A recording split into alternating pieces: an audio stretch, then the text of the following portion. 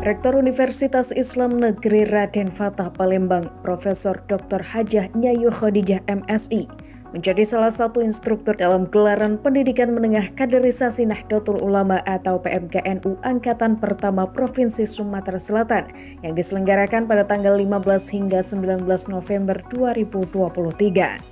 Ditemui usai memberikan materi, perempuan kelahiran Palembang 1970 ini menyampaikan sebagai wujud nyata dukungan terhadap dunia pendidikan pesantren, UIN Raden Fatah Palembang akan membangun kerjasama dengan pesantren dalam rangka mendorong kemandirian ekonomi pondok pesantren. Alhamdulillah UIN Raden Fatah Palembang kan kemarin sudah dapat co-working space dari Kementerian Perindustrian dan juga ke depan pemanfaatan co-working space ini juga akan dikerjasamakan untuk pengembangan perekonomian ya, terutama untuk startup usaha-usaha baru. Nah kemarin juga tuntutan dari mereka bahwa tidak sekedar alumni kita yang dilibatkan tetapi juga masyarakat. Insya Allah program ini akan kita kerjasamakan untuk unsur masyarakatnya dari pesantren.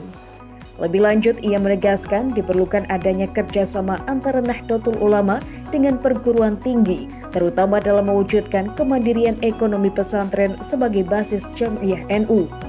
Menurutnya, dengan pendampingan maksimal dari akademisi serta ahli ekonomi dan bisnis yang tersedia di perguruan tinggi akan memudahkan pihak pesantren dalam mengembangkan perekonomiannya.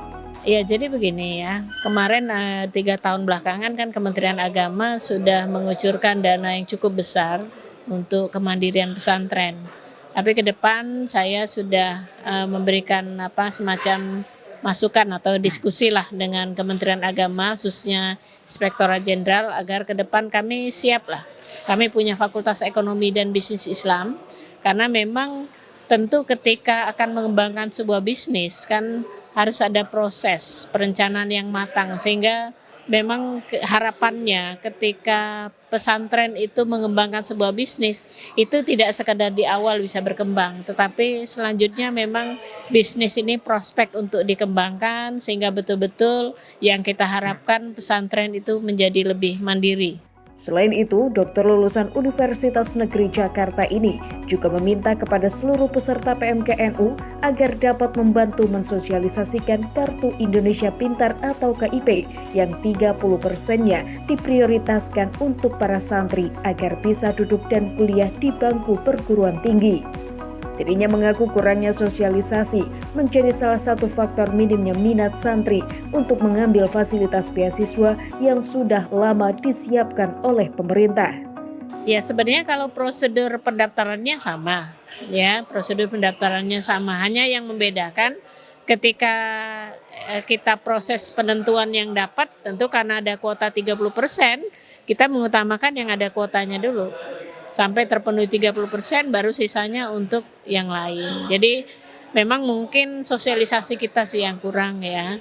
Selama ini kan kita mengandalkan media sosial kita baik melalui web, Instagram, Facebook dan lain-lain. Tetapi mungkin ini kelemahan kita.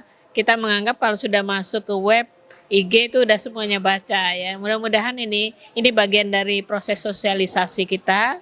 Tentu kita harapkan dari PWNU dan PCPCNU bisa mendukung kami supaya ini bisa lebih tersosialisasi. Bukan hanya untuk pesantren yang ada di Sumsel, semua pesantren di Indonesia terbuka. TVNU melaporkan.